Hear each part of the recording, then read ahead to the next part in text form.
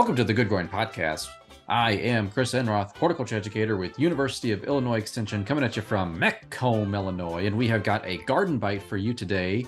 'Tis the season for lawn care. That's right, fall is approaching, which means we have to be getting our lawns into shape after we've had such a rough summer. But what can we be doing right now? Well, timely topics, that's kind of what we're all about, but time is showing that it is dry right now, and it's going to be dry for the next couple of weeks. And to do some of these lawn care items, we have to have some moisture in the soil, like overseeding your lawn. It would be great if there was some rain so that the seed would actually germinate. Fertilization. A lot of times our fertilizers require us to water in that product. And also aerating. Well, that aerator, it's not going to punch a hole into that dry soil anytime soon. So let's take a look back at retired horticulture educator Richard Hentschel when he came to the Good Growing Podcast, and he talked to us about ways that we can have a healthy lawn without all of these chemical inputs. And he shares with us his mantra that I live by to this day. So everyone, enjoy this excerpt as we spoke with Richard and how we can have a better lawn without all the inputs. So our next question is about someone who likes a well-maintained yard. So they do like to maintain their lawn, but they don't really like to apply fertilizers or herbicides. Is there something that they can do to keep their lawn well-maintained, but do it in a more natural way? Sure. And what I'm about to say works for those low-level management lawns as well as the high-level management lawns. There are some things that we do routinely that if we just modify how often we do them, change the frequency, things like that, our lawns will look better. And if, you know, the world is full of mantras and sayings, but my lawn mantra is you mow high, you mow often with a sharp mower blade. If you do those three things just by themselves, avoiding any other kind of fertilizer inputs or watering or anything else, your lawn is going to look better.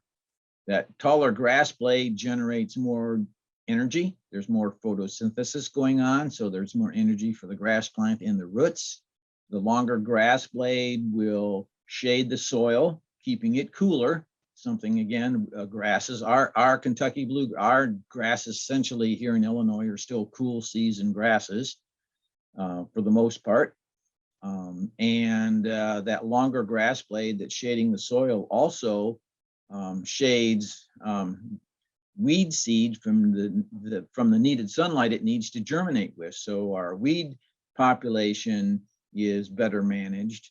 And again, from a generally healthy standpoint, the longer the leaf blade, the deeper the roots.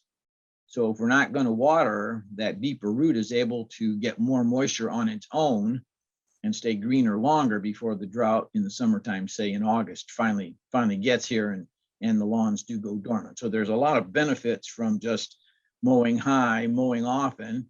The mowing often part is reflective of the other well-known fact that we talk about all the time that says you don't want to mow off more than a third of the grass blade at one time.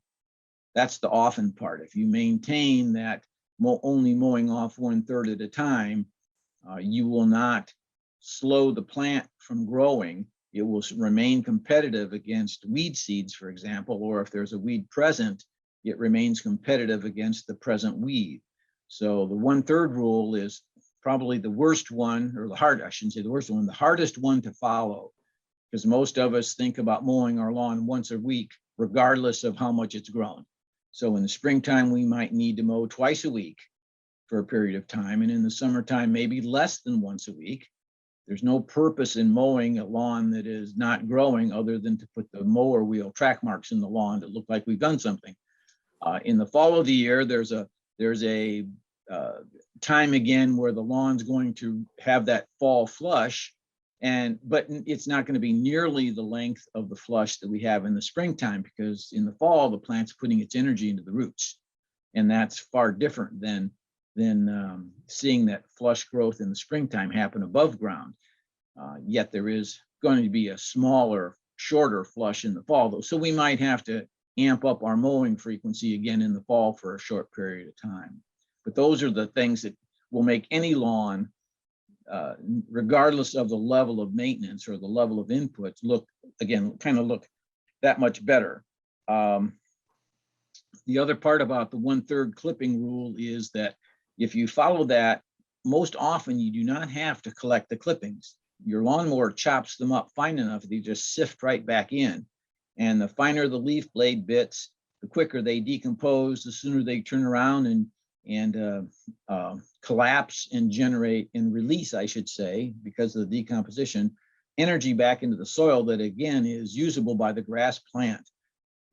Grass clippings left on the lawn will typically generate about a pound of nitrogen per 1,000 square feet. And that's free fertilizer that you haven't had to pay for.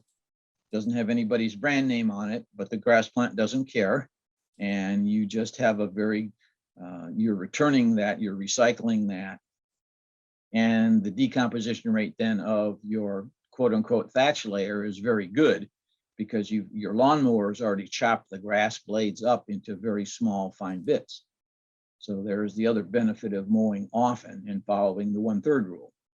Yeah, I will admit, I am not good about the 1/3 rule, especially in the spring. Sometimes our grass ends up getting to be 5-6 inches long before we cut it. Well, and in the spring we do have, I mean, there are times when you certainly can't win that battle, and I get that. But it's getting it back into the 1/3 rule as soon as you can that makes such a difference. If you follow the 1/3 rule, there are times of the year where you really have to focus on where you've mowed for the next cut, because that isn't a lot of grass you're removing compared to when it's 6 inches long and you cut it to 3 inches. That's an obvious line that's easy to follow. I get all that, and that's just human nature. I mean, it happens, but as soon as you can manage that 1/3 rule, better. The other thing that can happen if your lawn is tall and you really don't want to pick up the clippings or bag the clippings, and this is another time element here, but mow the lawn using half a swath. Let the lawnmower have more time to cut the lawn, chop up the taller grass blades, and make them small enough that they sift back into the soil. If you take a full width, you know you're going to have grass laying on top when you're done, because that just exceeds the capacity of the mower and the mower deck. So if you take a half a pass, you've got a better chance of not having to pick up any clippings, even though the lawn's taller. So that's just, I don't know if that's a helpful hint or not, but it just takes more time to get the lawn mowed. Take that against a full width mowing and stopping and emptying the bag.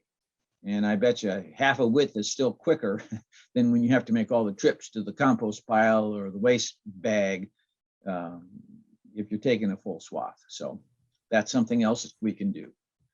It gets you out of other yard work too, because it takes longer. There you go. Just make sure you stay hydrated. Well, that was a lot of great information about how we can have a nice lawn without all of the inputs by mowing high, mowing often, and keeping our blade sharp.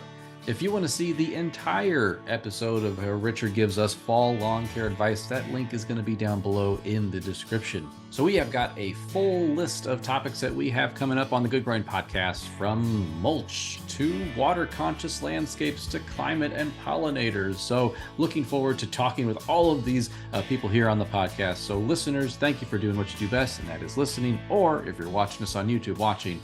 And as always, keep on growing.